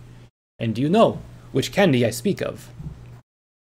I cocked an eyebrow, wondering what kind of threat that was. The Emperor, however, grew wide-eyed. "My love, I will be as well behaved as I can possibly be." "Good," she said, looking back at me. "I will oversee things with Aura. Your other friend is down the hall with the colt. He is doing okay. He just took a nasty hit to the head." Thank you, Sheena, I said. She turned and went down the same hallway Aura was taken down. When she was gone, the Emperor smiled, his mustache dancing a little as he did. So, you must be that mare from New Pegasus that my wife was telling me about. I nodded. Yeah, that's me. Well, it's nice to meet you then. I'm Emperor Periwinkle Punch, but you can just call me EPP if you want, or Winkle, or just Emperor if you so desire. Just don't call me Punch, or Yellow Dude over there. Oh, I do have some standards, he said joyously. Okay, Emperor. Would be fine with me. I'm Shadowstar. No, that will never do. No, now that I think about it, that's too formal for my taste, he said with a frown as he twirled his mustache. As fun as it is to stand here trying to figure out what you want to be called, I really don't feel like doing this. I have too much to do and not much time to do it. Can you show me where my friends are? I asked. I would be delighted to, but first we need to get you checked out, he replied. I'm fine. I don't need to see a doctor. I need to check on my friends, I retorted. He chuckled. You may think so, Shadow, but I still believe that you should see a doctor. We don't need to decide what we need in life, only what we want. For example, he said, pulling off the monocle on his eye, I don't need this monocle, but I want to wear it because it's so fancy. I sighed and moaned as a headache started to form from the base of my skull. I need to go check on my friends. If you really think a doctor needs to check on me, then have them meet me there. I do guess that would rather be perfect, the Emperor said, looking upward at something unknown to me, scratching his chin. They're right down the hall to the west wing. We figured it'd be better for the little guy to stay in the clinic for now. I followed him as he led me down the hall. I am sorry about Aura.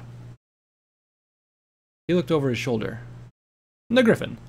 You shouldn't worry. My wife may not look it, but she's a skilled healer. With the help of our medical staff, I'm sure your friend will be just fine. In times like this, you can't let yourself fall into depression. It's the leading killer of most ponies in the wasteland, you know. Apart from Stardust, Aura's been with me since we started this journey. We've been through so much together. She's always the one who's up there, helping me when I'm hurt like this. I don't know how to help her. She's not the one who's supposed to get hurt. You know what I think you should do? He said as he came up to a door. I sighed as my head started to throb harder. No. What? You need to clear your mind and forget about it for now, he said. I started to interrupt, but he didn't let me. I say that not to be cruel, but because it's the only thing you can do.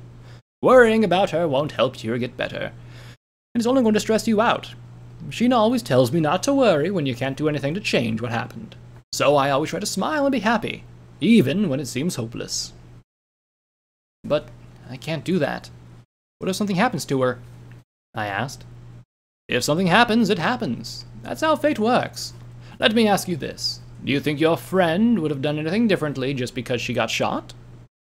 He responded, asking a question that was sure to make my head throb more. I don't know.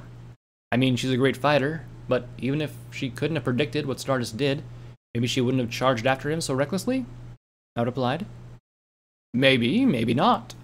But if she's the kind of friend who puts herself in the way of danger to protect others that she cares about, then I doubt she would have done anything differently. At least now, try to calm down and relax as much as you can. I know you're worried about her, but you're in bad shape, and you need to rest. I'm sure that you know that when she recovers, you'll be rightly pissed if she found out you hurt yourself more just because you were worrying about her well-being instead of your own, he said, almost abandoning his wacky demeanor. I guess you're right, I responded solemnly. So, is this where my friends are? He nodded. Yes, they're right through this door. He looked over at a zebra who was wearing a white lab coat. Dr. Zane, are you free? The zebra looked over from the chart he was reading. Yes, Your Highness. I just finished my rounds. What can I help you with? Can you join me in this room and look over to make sure that she isn't suffering from anything internally? He asked. But of course, the zebra doctor said, coming closer. The Emperor smiled, then knocked on the door before opening it slowly. I do hope every pony is decent in here. If not, I'm still coming in. When the door swung open, I saw Wind Thrasher, Doorstop, and Wingnut, who was sitting on a bed. They all looked up as the three of us walked in. When Wind Thrasher saw me, she gasped. Shadow, you made it back. I nodded. I don't know how I made it, but yeah. How are you doing, Wingnut? To my surprise, the colt looked away from me with his hooves crossed and huffing. Doorstop sighed, then looked at me sternly, as if I'd asked something stupid. Kid's been in a pissy mood since he woke up. What the hell happened? I just got back and no pony will tell me anything. And what happened to your face? You look like you... I walked into the room and sat on the free space of the couch next to Wind Thrasher with a deep sigh. Goofball launcher? Never mind, it doesn't matter. It's a long story. Short version is, I was ambushed by Wrath, then later Stardust. The doctor walked over to me, kneeling down to look at my swollen black eye I got from the recoil of Wrath's MR. This eye looks like it is worse than it is, I am sure. May I ask what happened? Your shoulder also looks like you took a bad blow to it. I fired a fucking anti-machine rifle. Didn't know how bad the recoil was on the damn thing until I was too late. Those fucking things should come with a warning on the stock, I replied. He lifted my forehoof. It looks like you dislocated it somewhere, but someone reset it. Quite nicely too from the look of it. How bad does it hurt? I winced as he lifted it higher. I can manage just fine, but when you lift it higher like that, it feels like you're gonna rip my arm off. He slowly moved it back into place, circling, ignoring my protests. I do not think that it will cause you any permanent damage, but it will be sore for a couple of days. I am more worried about that eye. As he moved up and started to examine my left eye, I asked Wingnut, Talk to me, kid. What's wrong? He looked over at me and huffed again. Did you kill him? Who? Stardust? I asked. Yeah. I know Aurora went after him after he knocked me out. Wind Thrasher told me. He replied hostilely. I tried to turn my head to get a better look at the colt, but Zane held my head in place. Do not move! Sighing, I said again, No, we didn't kill him, Wingnut. Right now, I wish we did. How could you say that? He yelled. I agree with the runt. We came all the way out here to save the cadet, not to kill him. Doorstop boomed. Yeah, he's your best friend, Shadow. He's part of the team. We don't give up on our friends. Wingnut yelled louder. Of all the ponies out there, I thought you out of all of them would never say that. If it was you that was taken by the Enclave, Stardust would do everything he could to save you. I pulled my face away from Dr. Zane and yelled, He shot Aura! She's down the hall at death's door right now after being shot multiple times by him. He's not the same pony anymore, Wingnut.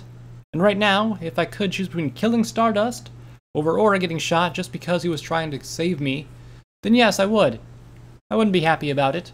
I would feel like shit for not trying harder to save him. But yes, I'd rather die than let him, see him living on after nearly killing a friend of mine. Yeah, that's true. Then how'd you get back here alive? He wouldn't have just up and let you live, or at least taken you with him if he shot Aura. He asked furiously. Because I gave him my word that I'd do whatever he wanted to if he let me go to save her. I only have 2 days to meet him at Winapolis. If I don't, he's going to come here next and kill all of you. I'd rather him die than watch him do more evil deeds, things he would never have done if he was in his right mind. He's already hurt you, or I might not make it, and he's coming back for more if I don't live up to my word. So why don't you shut the fuck up for once and act like a fucking adult? This is how the world works. We can't always get the things we want. I screamed, a single tear falling down one side of my face. The room went silent for a long moment. Then Doorstop spoke up. Did he really say that? I nodded.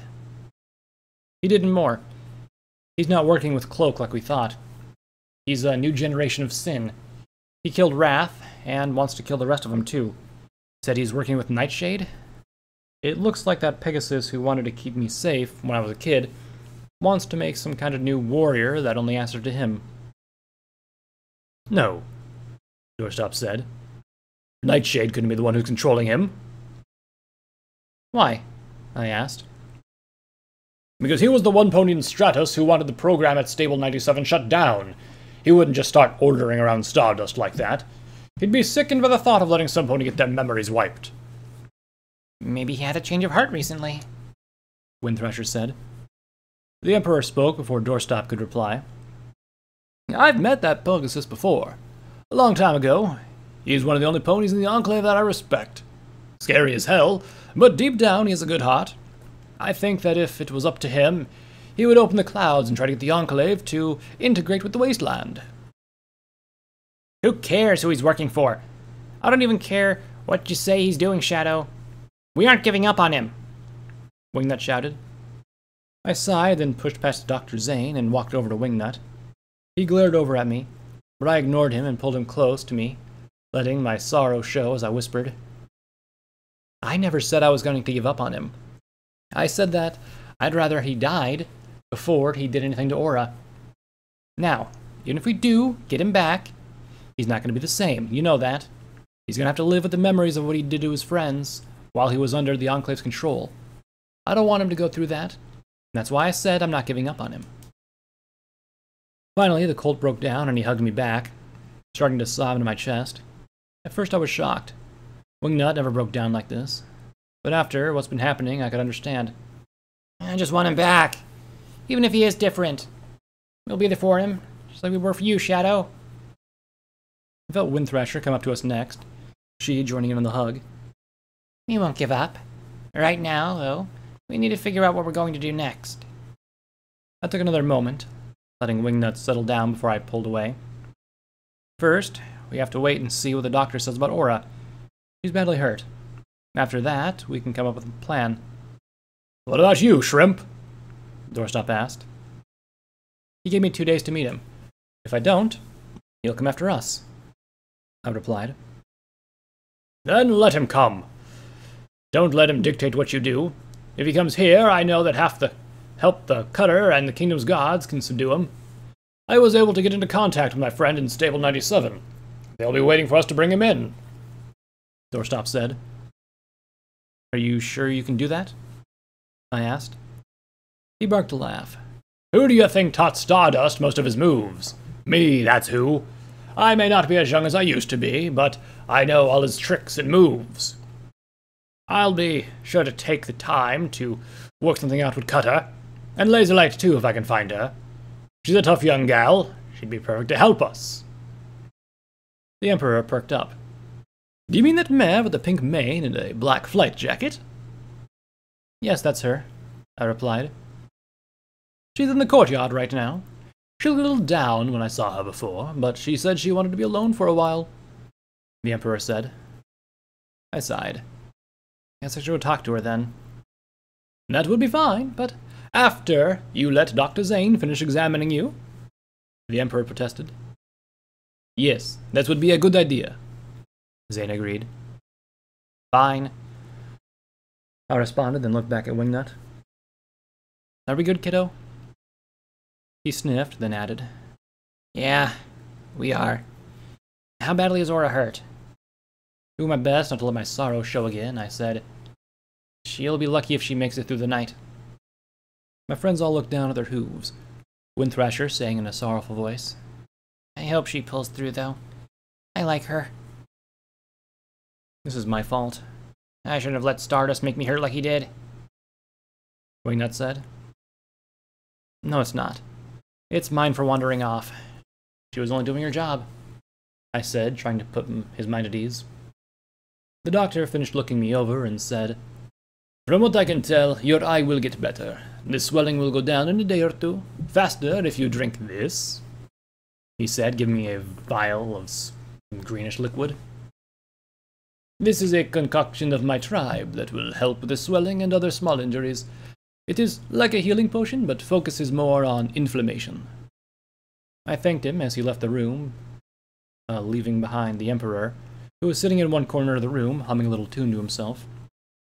For a long time nobody talked as we waited to hear something from the doctors about how Aura was doing. I drank the green stuff Zane gave me, and I found I liked it a lot. Soon my sight was starting to come back to my left eye. Things were still blurry, but it was better than nothing. After 3 hours passed, I couldn't just sit around anymore. I'm gonna go talk to Laser and find out what's going on. If I sit here any longer, I'm gonna go crazy, I said as I started to rise from where I'd been sitting. You want me to come with you? Wind Thresher asked. No, I'll be fine. You stay here with Wingnut. Nicole had fallen asleep an hour ago. He needs you more than I do right now. She smiled, looking over at him. I can do that. I'll come find you if we get any news. Thanks, I said, getting to my hooves, body protesting from the beating I'd taken. I knew it wasn't as bad as it could have been, but it still hurt. I should go check back with Sheena, I think, the Emperor said, getting to his hooves also. It was very nice meeting all of you. The two of us walked out of the room. I said a quick bye to him as we went in different directions down the hall. I made my way to the front of the mansion, then almost ran into Laser, who was just walking back inside. Oh, Shadow. I'm sorry I didn't see you there. It's okay, Laser. Are you doing okay? You kinda left us earlier without saying anything, I asked. She nodded. I'm doing okay. It was just all the talk about the Enclave before brought up some bad memories, and I needed a little time to myself. I should be asking how you're doing. I heard from one of the servants that Aura's hurt. I was coming back to check in on things. I'm barely keeping it all together right now. I can't do anything and it's driving me crazy, I said somberly. And what happened? She was giving me the same concerned look that Sheena had. Let's talk outside. I need some fresh air, I said, heading for the door again. She followed me back out of the courtyard, then we both sat on a bench next to the broken statue of the goddesses. Once we did, I explained to her everything that had happened since she'd left our meeting with the Sheena. I left out the part about the zebra who helped me, mostly because I was sure she had a reason for living in the ruins. I didn't want to bring her up till I could ask the Emperor or Empress about her first. I just told her about the random pony happened to help me out during the fight. When I finished, the older Pegasus looked worried. You really are going to do what Stardust said, are you? She asked with a concerned look. Right now, I'm not sure. Doorstop says I shouldn't, and just let him come here to try and kill us all. He thinks with your help, Cutters, and the Kingdom's guards, we can capture Stardust. I'm not so sure, though. I saw him fight. He'll do whatever it takes to win. I just don't want anybody else to get hurt. It took a long time to answer. Her face looked as if she was debating on sharing something else. When it looked like she came up with a conclusion, she started talking. Shadow, I think there are some things that you should know about me if we're going to travel together from time to time. If at all, really. As you know, I'm a full-time bodyguard for Nexus, so I can only stick around for short periods of time. I nodded. I can understand. Kind of. You have a duty to a pony that's kind of similar to a Griffin's contract? She smiled. Yeah, it's kind of similar, sure. But my story's a long one. I think only Nexus knows my whole story. Not like he cares much, though. Let's see if I can pick apart some key memories. I suppose the best place to start is the beginning. She looked thoughtful for a moment. You have my undivided attention, Laser. Well, okay. To start, the Cloud Cities over parts of Equestria. Stratus and Nimbus. I used to live in Stratus, and most of what Aura and Doorstop mentioned about those two cities is mostly true. I have a husband and son still living there. They only know I'm down here, but for the longest time they didn't know if I was ever alive. You used to live in Stratus? I remember Doorstop saying that you used to be an Enclave soldier, but I wasn't sure before. From my understanding, just about any Pegasus down here becomes branded a Dashite. Yet, you still have your cutie mark, I said, putting the pieces together. She smiled. You're not entirely wrong. Yes, I was Enclave, and I was a damn good soldier, too. However, because of my family's history of traitors, and mostly disagreeing with the Enclave belief, it was only a matter of time before they tried to come after me. I was getting intrigued by her story. Well, what happened then? Liz had a far-off look. Sadness was apparent on her face. Quite simply, I was assigned to scout a nearby raider camp, causing some trouble for our soldiers. But we were intentionally misled and showed up in the wrong place. I noticed it immediately. Turns out the mission wasn't to scout out the nearby raider camp. There weren't any. It was an assassination attempt on my life. I was in shock. Holy shit, Laser. That's horrible. It must have been hard on you to have your allies turn on you like that. She nodded slowly. It was. My brothers and sisters in arms, ponies I spent most of my life with, they all turned on me. I was crushed. Obviously, the assassination attempt failed, but I ended up killing my own brothers and sisters to defend myself. How did you escape? I asked, thinking I might be prying too much. Because you got the same far-off look again. I didn't. Almost. A heavy infantry soldier shot a missile launcher near me, sending me cascading quite a distance away. The blast covered my whole body in dust and rocks. I assumed they thought my body was obliterated, but I was saved by 2 siblings who owned a ranch. Wow, you were pretty lucky from the sound of it. What happened then? I had to learn more. Maybe you could help me discover some sort of weakness the Enclave had. She just shook her head. That's a story for another time. I was a little bummed that she didn't continue her story, but she did mention it was a long story. I can understand that. Just talking a bit with you is easing my mind. If only a little. Laser smiled. Thanks, Shadow. Now, let's get back to the matter at Hoof. The story I told you about myself has a point to it. I've been in your horseshoes before, and it's not an easy thing. Over the years I've been down here, I've learned that sometimes you have to make hard choices, even if you don't want to. I think you should go with Doorstop's suggestion. If you go to Stardust like he wants you to, it could be worse than him coming here to attack us. You have to remember that your friends are stronger than you know. Aura only got hurt like this because she did what she wasn't thinking clearly, and Stardust pulled a dirty trick to win. He may be a good fighter, but he's not perfect no matter what he thinks. I know. And you're right. I can't just let them take me in or get their Mark II. If the Enclave is going through this much trouble to get in, then whatever they want with it can't be good. As much as it scares me, I have to have faith that you'll all be able to do this, I said. She smiled again. That's right. She started digging in her pockets and pulled out a recording. Here, I want you to have this. I took it and examined it closely to see that somebody had written Log 1 on it. What is it? She giggled. When I first got to the Wasteland, I started to document my experiences on recordings. This is the first one. I made it over 12 years ago. When you have time, when this is all done, listen to it. Once you do, let me know, and I'll give you the next one. I have a lot of them, but I think they might help you learn some of my past mistakes. I smiled, then sewed the recording into my old bags, while I was still wearing. I'll do that. I don't really need them, but I figured they could help you. I'd like to see some good come of them, she said, returning the smile. I remember the recording I took off of Wrath, pulled it out, and looked it over. Laser looked at it, then at me, with a quizzical look. I noticed and explained. I got this off of Wrath. Gluttony had one too when I killed him. I'm starting to wonder if all the sins have something like this on them. Pride might have had one too, for all I know. But if he did, it was destroyed when I vaporized him. I'm no expert on the sins, so I wouldn't know. But let's give it a listen. I popped the recording into the Mark II. Soon, a young filly's voice came out of my pip buck. Daddy? Mommy? Said that you were going on a long mission, so I wanted to make this for you. This way, if you get lonely while you're at work, you can hear my voice and think of me. I love you, Daddy. More than anything else in the whole world. I can't wait till you get back home. But if you can't sleep, I thought I would sing you a song like you do for me when I can't sleep. The filly went quiet for a moment, then started to sing. It was a song that I knew all too well because Vervain used to sing it to me on nights when I would wake up looking for Mom. Hush now, quiet now, it's time to lay your sleepy head. Hush now, quiet now, it's time to go to bed. Drifting off to sleep, exciting day behind you. Drifting off to sleep, let the joys of dreamland find you. Hush now, quiet now, lay your sleepy head. Hush now, quiet now, it's time for Daddy to go to bed. There you go, Daddy. Now you can sleep easier when you're away. I miss you.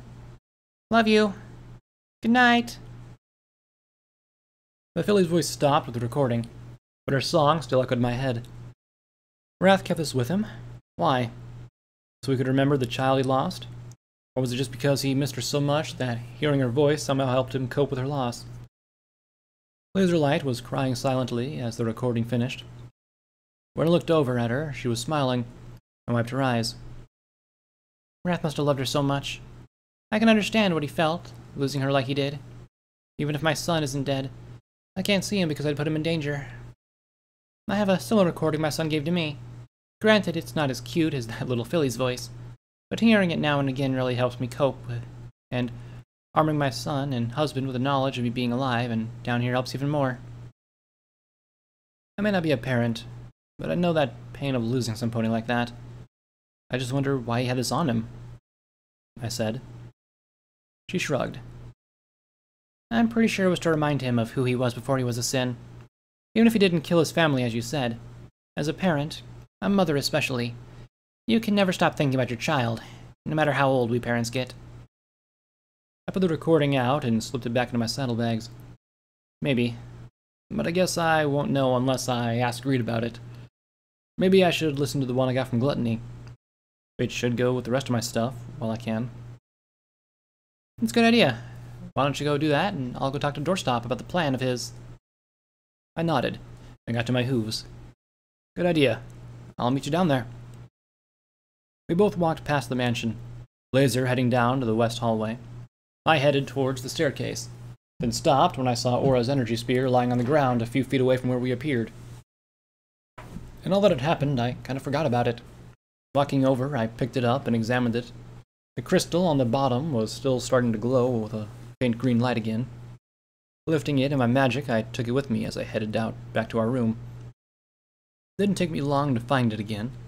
The large empty room was the same as we left it. I ran away from Aura after our bath.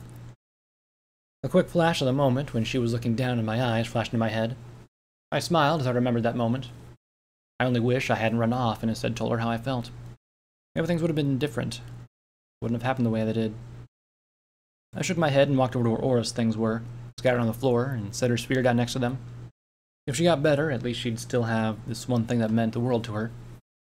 I found my old stuff, transferring what I found from the ruins of my old saddlebags, then pulled on my barding and duster. Then I holstered Dreamwalker under my duster and put on my saddlebags. Once I was dressed, I started to feel like myself again.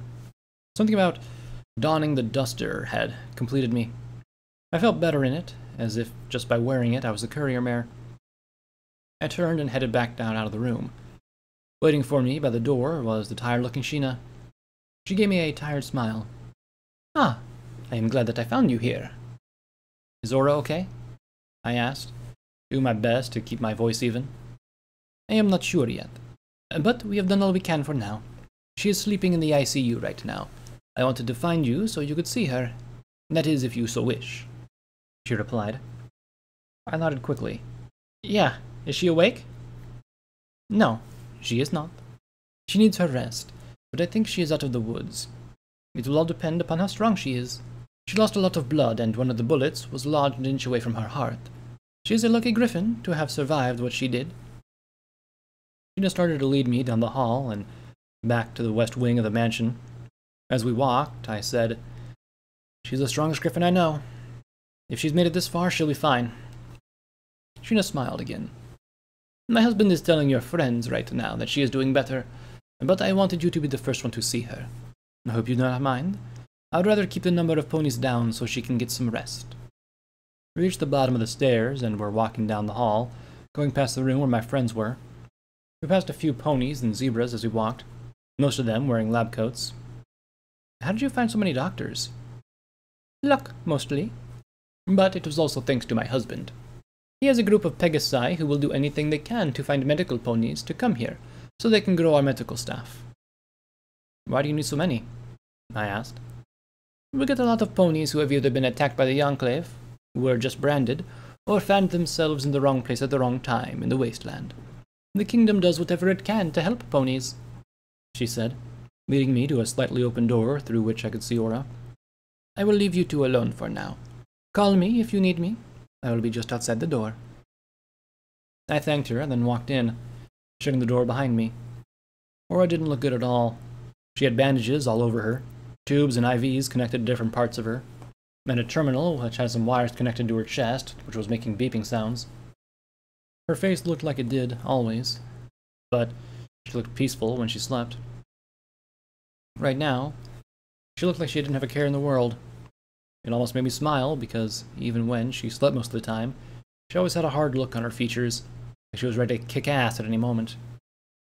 Moving next to the bed, I placed a hoof on her talon. Hey, Aura. It's me, Shadow. I'm glad you pulled through so far. Now I just need you to keep on fighting. I know you can do it. You're the strongest, bravest griffin I know. She turned her head a little, but didn't say anything back to me. I felt her talon twitch under my hoof. Being a little silly talking to her like I kept going. I wanted to thank you for coming to help me and for doing what you did. I'm also sorry for walking away again. I don't mean when we were off in the ruins. That was just an accident. You know how I get when I think too much. I tend to wander off without watching where I'm going. No, I meant earlier, when we were in the bathroom. My words caught in my throat for a moment. I took a moment to breathe in slowly before saying, I know how you feel about me. I've known for a while. At first, I didn't want to tell you, because I figured you were still getting over Tripwire. But I knew I should have said something. I guess I just wanted you to tell me yourself. But maybe it was too hard for you. I'm not sure. I never really had feelings like that for anything in the past, since even Silver. Aura's face grimaced for a moment, her heart rate increasing a little, but then she settled down. I wanted the beeping to go back to normal before I said more. I know how you feel about Silversnip. What I didn't realize was that you were jealous of her. I couldn't see it then, but I see it now. Either way, I shouldn't have left earlier, when you were finally going to tell me how you felt. I should have listened to you, and been there like a friend is supposed to. But I couldn't bring myself to do it. It wasn't because I didn't want to hear it. It was because I was scared of my own feelings. It just seems like that when someone loves me, bad things seem to happen to them. My mom, my dad, Vervain, Balefire, Stardust, and Silver. Something happened to them all, one way or another. I didn't want it to happen to you. I wanted you to be happy. That's why I left. But it was the wrong thing to do. Forcing you to change how you felt about me wouldn't make you happy. It would only make you sad. So I'll be sure to sit down and talk with you about this. Everything. Everything that you want, once you recover. Even so, I have to tell you this now because if I don't, I have a feeling I'll never have the chance to say it again. Even if I don't know if you can hear me or not. I sighed and took a deep breath, my heart pounding in my chest as I prepared to say the words so desperately I wanted to say. Finally, with a few deep breaths, my heart rate went down and I was able to say, Aura, you mean more to me than anything else in this world has ever meant to me. I didn't know it until I talked with Sheena, but I should have. I love you, Aura, more than how I love the rest of my friends. I don't care if you're a griffin, or a pony, or something else. I love you so much that it hurts to think about life without you in it. I want you to lay next to me and be there for me the rest of my life. Be that a day or 50 years from now, or more. I'm young, I know, and I may not fully understand what it's like to truly love someone, but I think I do. I think I've felt this way for a long time. But with everything happening, I've been ignoring it. I've been so stubborn to act on how I feel. But no longer. I love you, with all my heart, and all I want is to see you happy. So please get better, and pull through this. Do it for me, and I'll make sure you never hurt again, like you did when I walked out. I promise you. I rested my head on the mattress, next to her, taking in deep breaths. Happy I was finally able to say it to her again. She probably didn't hear me, but now that I got it out, I knew it'd be easier to say again, when I knew she could. After a moment passed, I felt Aura twitch again, and a slight whisper escaped Aura's beak. Never leave me again. I looked up at her, but her eyes were still closed. I could, however, see a slight smile on her face. Somehow, some way, I knew she heard at least a part of what I had to say. Moving closer, I kissed the tip of her beak, then got up and was about to head out of the room. The beeping on the terminal started to get faster, and I heard a soft moan from Aura. Looking back, I saw her face looked strained, and she started to move around on the bed. The beeping got faster, and an alarm on the terminal started to go off. Sheena burst into the room, closely followed by 2 doctors and a nurse. "What's going on?" I asked one of the doctors, as they started to check the terminal and the others started to do something to Aura. The nurse examined her on the other side. Sheena started giving orders to them as she looked back at me. "Shadow, I need you to leave right now." "Sheena, what's happening? Please tell me," I shouted, demanding answers. She looked past me, saying to a pony behind me, "Windthrasher, get her out of here, please. We need space." I felt the bat pony take hold of me, pulling me out of the room. "Shadow, let them work." I tried to pull away. "No, I need to know what's happening." Windthrasher held onto me tighter. "I'm not a medical pony, but I think she's going to cardiac arrest. They need to get her heart rate to drop." I started to pull away as even worse sound came from the room.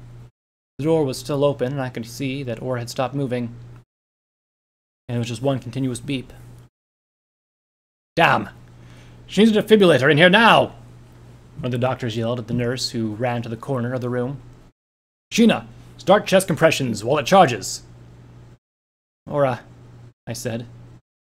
"No. Please, no," I said quietly as I watched in horror. Sheena started to push down on Aura's chest. The nurse came back over with a cart and started to hook up 2 gems on wires to Aura. There was a loud, high-pitched sound, and the nurse yelled, "Charge to 3 joules! Clear!" She pushed a button on the cart, and a shock ran through Aura.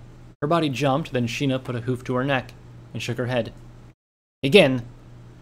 4 joules! Clear!" The nurse shouted again.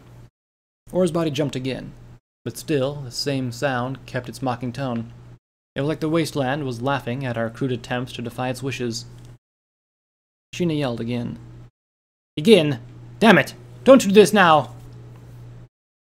Nothing seemed to help. I kept watching as they tried again to get her heart to start. Finally, Sheena pulled the gems off and started to do chest compressions again. Her voice sounded distant as they yelled for Aura to wake up. "Aura, don't leave me alone. I can't do this without you," I whispered as I felt Windthrasher grip me, as she slackened as she too watched in disbelief as the medical staff and Sheena did whatever they could to bring back the dying griffin.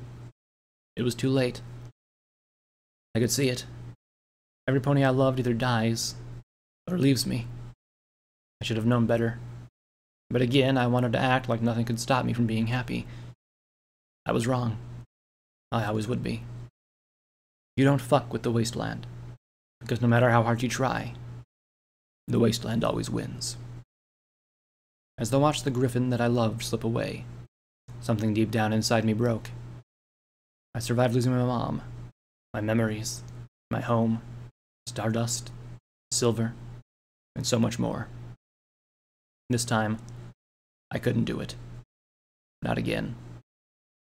The sound of the terminal continued to mock me, as everything inside me that made me who I was now broke, shattered, was obliterated, leaving behind nothing but anger and sadness. Time of death, 9:30 p.m.